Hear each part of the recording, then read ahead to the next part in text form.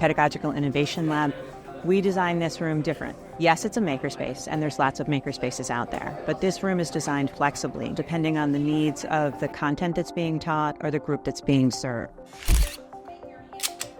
I teach LDT 110N, which is an integrated arts and social science general education course. Here, they take what they learn and they build a project. They put it into practice, so they really get a chance to explore the ideas intellectually and practically and make learning tangible.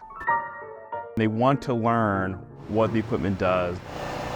The Fusion Maker is a laser engraver. You can use it to customize and create things. Like for example, you can cut out wood, engraved wood pieces. Students can use a 3D printer to make their 3D modeling images come to life pretty much. The sublimation printer, you basically print out on a special paper basically, apply heat and pressure, and then it will put the design on the object. Podcast studio also doubles as a VR headset space. It's a state-of-the-art facility. It's a different experience than the lecture halls, the other more traditional classrooms, because they're getting to read, research, and then apply it in hands-on projects. There's no way we can put into words the impact this space will have.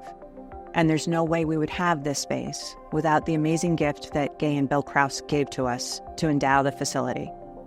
And so the impact of that philanthropy is going to live on for generations to come.